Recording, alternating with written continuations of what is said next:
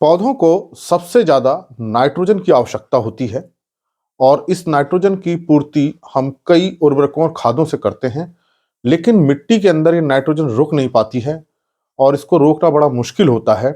इसके लिए हम बहुत सारी खाद बहुत मात्रा में प्रयोग करते हैं और ये गैस बन के वातावरण में चली जाती है।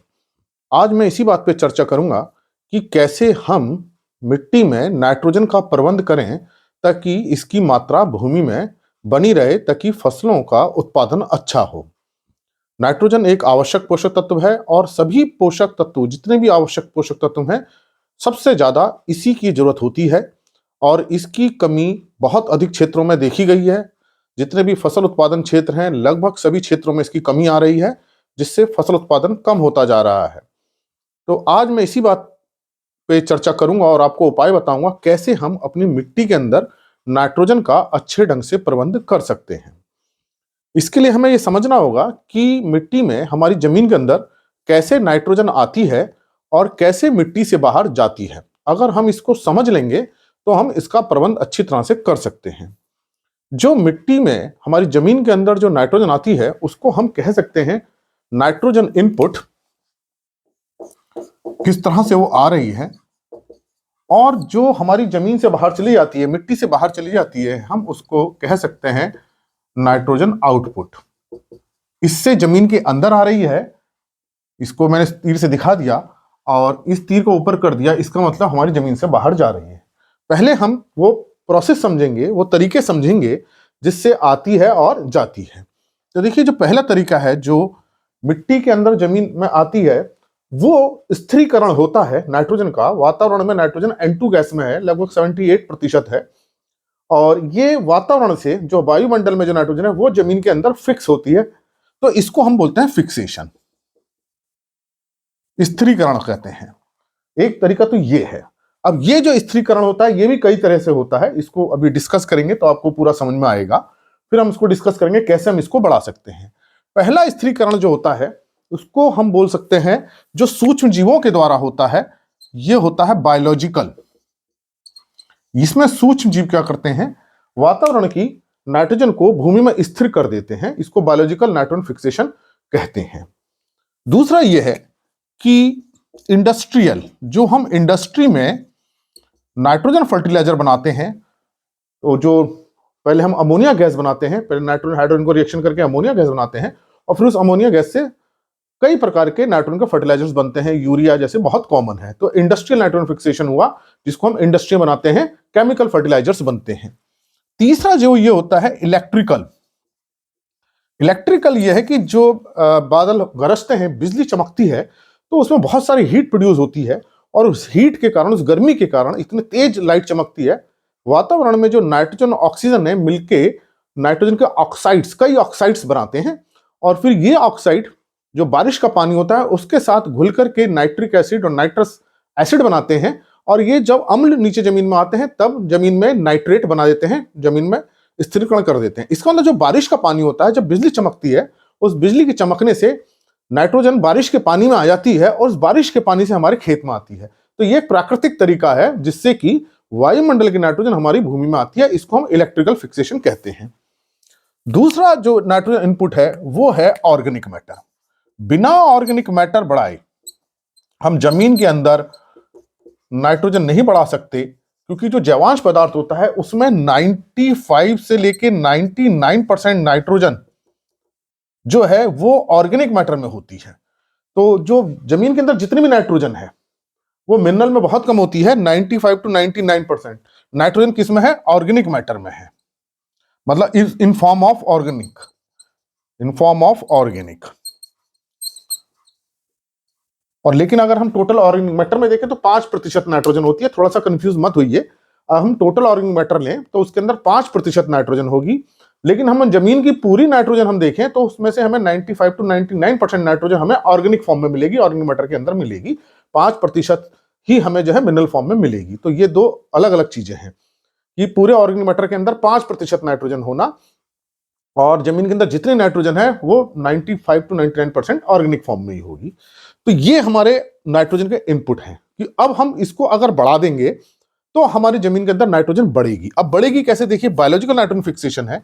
इसके लिए हमें क्या करना पड़ेगा, देखिए बायोलॉजिकल नाइट्रोजन फिक्सेशन कौन करते हैं, लेग्यूम प्लांट करते हैं। तो हमको क्या करना पड़ेगा, अपने उसमें लेग्यूम प्लांट्स को ग्रो करना पड़ेगा, अपने क्रॉप रोटेशन में लेना पड़ेगा। ग्रीन मैन्योरिंग हमें करनी पड़ेगी, ग्रीन मैन्योर प्लांट जो है बायोलॉजिकल नाइट्रोजन फिक्सेशन करते हैं।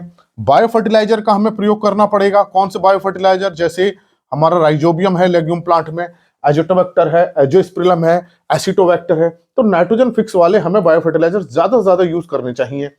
और अपने फसल चक्र में कोई दलहनी फसल लेनी चाहिए। ग्रीन मैन्योर भी हमको बीच में लेना चाहिए ताकि नाइट्रोजन ज्यादा से ज्यादा हमारी जमीन के अंदर आए। दूसरा, इंडस्ट्रियल में जैसे मैंने बताया था, हमारा केमिकल फर्टिलाइजर्स का हमें यूज करना चाहिए, लेकिन रिकमेंडेड डोज में। ऐसा नहीं हमने यूरिया का बहुत ज्यादा प्रयोग कर दिया, ऐसा नहीं है। जितनी फसल को जरूरत है, हर फसल की एक रिकमेंडेड डोज होती है, उसके माध्यम से हम नाइट्रोजन ला सकते हैं। डीएपी में नाइट्रोजन है, यूरिया में नाइट्रोजन है, एनपीके फर्टिलाइजर में नाइट्रोजन है। हमें इन सबका संतुलित प्रयोग करना है। तो जब हम यूरिया प्रयोग करेंगे तो नाइट्रोजन जमीन के अंदर आएगी। इसी तरह से इलेक्ट्रिकल, देखिए इलेक्ट्रिकल जैसे मैंने आपको बताया कि बिजली चमकेगी, बारिश के पानी के साथ नाइट्रोजन आएगी। तो उस बारिश के पानी को आपको अपने खेत में रोकना है। तो जितना आप बारिश का पानी खेत में रोक लेंगे, उसमें उतनी ही नाइट्रोजन घुली होगी और आपके प्राकृतिक रूप से जमीन में आएगी। हालांकि ये मात्रा बहुत कम होती है, लेकिन होती है। तो इसलिए हम जितना इसको पानी में रोकेंगे, हमारे खेत के अंदर नाइट्रोजन बढ़ेगी। तो इसको हम कैसे रोक सकते हैं, रेन वाटर हार्वेस्टिंग के थ्रू हम रोक सकते हैं कि जितना पानी है उसको हम खेत के अंदर रोकें। इसको बोलते हैं रेन वाटर हार्वेस्टिंग। हम पॉन्ड बना सकते हैं, खेत के अंदर मेड़ बना के पानी को रोक सकते हैं, रन ऑफ को कम कर दें, तो खेत का पानी खेत में ही रहे। तो हमारा नाइट्रोजन जो बनी है जमीन ऊपर आसमान से जो आई है बारिश के पानी के साथ, वो हमारी जमीन के अंदर चली जाएगी। ऑर्गेनिक मैटर बनाने के तो बहुत तरीके हैं। हमको इसमें जैसे एफवाईएम प्रयोग करना चाहिए, एफवाईएम हम प्रयोग करें, और हम कंपोस्ट प्रयोग करें, वर्मी कंपोस्ट करें, और हमारा जो पोल्ट्री मैन्योर है उसको प्रयोग करें, शीप एंड गोट मैन्योर्स है उसको प्रयोग करें, क्रॉप रेजिड्यूज जो हैं उसको हम प्रयोग करें। तो ये जितना आप ऑर्गेनिक जैवांश पदार्थ प्रयोग करेंगे, नाइट्रोजन उतनी आएगी। और बिना ऑर्गेनिक मैटर के नाइट्रोजन जमीन के अंदर नहीं रुक सकती, क्योंकि नाइट्रोजन जमीन में तभी रुकेगी जब वो ऑर्गेनिक फॉर्म में होगी। इस बात को हमें ध्यान रखना पड़ेगा। नाइट्रोजन मिट्टी में तभी रुकती है जब वो ऑर्गेनिक फॉर्म में होती है, और ऑर्गेनिक फॉर्म में कितनी रहती है, 95 to 99%। इसका मतलब कि बिना ऑर्गेनिक मैटर बढ़ाए हम नाइट्रोजन को नहीं बढ़ा सकते। तो ये दो प्रयास हमें करने चाहिए ताकि जमीन के अंदर ज्यादा से ज्यादा नाइट्रोजन आए। तो ये जो नाइट्रोजन रुकेगी, ये पहले आएगी और इसमें ऑर्गेनिक मैटर के अंदर ये रुकेगी। तो ये हम इनपुट को हम बढ़ाएं। तो ये हमको क्या काम करना है, इनपुट हमें बढ़ाना है, इसको हमें बढ़ाना है। और इसको हमें, अब मैं रो हटा देता हूं तो कंफ्यूजन करेगा, और नाइट्रोजन आउटपुट हमें घटाना है। अब नाइट्रोजन जमीन के अंदर आती है तो बहुत सारे उसके नुकसान होते हैं, जो मैं बहुत इंपॉर्टेंट नुकसान है वो आपको बता रहा हूं, कौन कौन से नुकसान और कैसे हम उसको रोक सकते हैं। देखिए, पहला जो नुकसान होता है डीनाइट्रिफिकेशन। इस पर मैं पहले वीडियो बना चुका हूं। जो नाइट्रोजन होती है, नाइट्रेट आयन है नाइट्रस ऑक्साइड गैस में और नाइट्रोजन गैस में निकल जाते हैं। ये तभी होती है अवस्था जब खेत के अंदर पानी भरा होता है। तो आपको खेत के अंदर पानी ना भरे ऐसी अवस्था बना के रखनी है, तुरंत ड्रेनेज कर देना है, बहुत ज्यादा सिंचाई नहीं करनी। ज्यादा बारिश हो जाती है तुरंत खेत से उसको पानी निकालें, इंटरनल ड्रेनेज करें, चैनल से पानी उसको निकाल दें। तो डीनाइट्रिफिकेशन लॉस हम तभी रोक सकते हैं जब खेत में बहुत टाइम तक पानी ना भरे। अगर खेत में पानी भरा रह गया तो नाइट्रोजन गैस के रूप में निकल जाएगी। दूसरा जो नुकसान जो होता है वो होता है वोलेटिलाइजेशन। इस पे ही मैंने वीडियो बनाया है। वोलेटिलाइजेशन में गैस में निकल जाती है, अमोनिया गैस बन जाती है, और ये तभी बनती है जब पीएच, मिट्टी की, हमारी मृदा की पीएच 7 से ज्यादा होती है। तो ऐसी स्थिति में बहुत ज्यादा गैस बनती है, अमोनियम से अमोनिया गैस बनती है। तो पीएच आप कोशिश करें कि वो 7 के आसपास आ जाए। हाई पीएच हो रही है, साल्ट ज्यादा है, लीचिंग करें और उसकी पीएच नॉर्मल लाने की कोशिश करें, न्यूट्रल लाने की कोशिश करें। और शाम के समय हम यूरिया डालें जब तापमान क्या रहता है, कम रहता है। तो ये कोशिश करेंगे तो वोलेटिलाइजेशन लॉस कम होगा। और तुरंत मिट्टी में इसको मिला दें, ऊपर रहेगी तो लॉस ज्यादा होंगे। तो वोलेटिलाइजेशन लॉस को हम ऐसे कम कर सकते हैं। तीसरा है लीचिंग। लीचिंग होती है नाइट्रेट आयन की, पानी के साथ नाइट्रोजन नीचे चली जाती है, और इसको हम तभी रोक सकते हैं कि नाइट्रेट बहुत ज्यादा ना बने। तो नाइट्रेट बहुत ज्यादा ना बने, बहुत तेजी से ना बने, स्लो होना चाहिए। तो इसके लिए हमें स्लो रिलीज नाइट्रोजन फर्टिलाइजर आते हैं, उसका प्रयोग करना चाहिए। जैसे सल्फर कोटेड यूरिया है, नीम कोटेड यूरिया है, एनसर मिलाया जाता है, एएम मिलाया जाता है। तो ये इस तरह की कुछ चीजें आती हैं जिससे कि धीरे धीरे नाइट्रिफिकेशन में बहुत तेज ना हो। दूसरा, लीचिंग तब होगी जब पानी बहुत तेजी से नीचे जाएगा, पर्कुलेशन होगा, तो बहुत हैवी इरिगेशन ना करें, बहुत ज्यादा पानी ना दें, सिंचाई में ना दें, पानी नीचे चला जाएगा।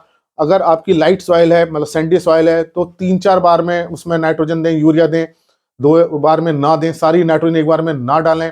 और हल्की मिट्टी है, बलुई है, उसमें ऑर्गेनिक मैटर मिलाएं ताकि वो लीचिंग को कम करे। तो ये हमारे प्रयास होने चाहिए लीचिंग को कम करने के। तो इसको हम क्या करें, कम से कम करें, जो मैंने अभी आपको उपाय बताए, और इसको हम ज्यादा से ज्यादा करें ताकि मिट्टी के अंदर नाइट्रोजन बनी रहे। नाइट्रोजन लेकिन जमीन के अंदर से निकलती रहती है, इसलिए हमें ये प्रयास लगातार करने चाहिए।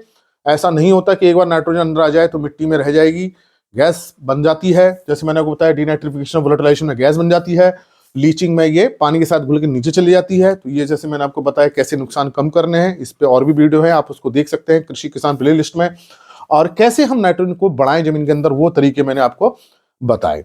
तो ये हमें कोशिश करें, ये हम प्रयास करें तो नाइट्रोजन का बहुत अच्छे ढंग से प्रबंध कर सकते हैं और हमें अच्छी उपज मिल सकती है। और अधिकांश क्षेत्रों में नाइट्रोजन की कमी आ रही है क्योंकि हम नाइट्रोजन को अच्छी तरह से मैनेज नहीं कर पा रहे हैं।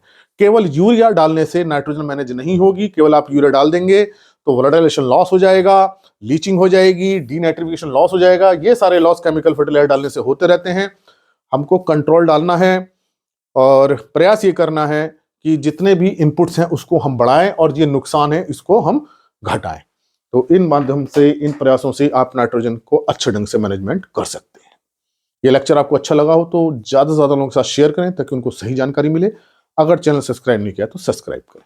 धन्यवाद।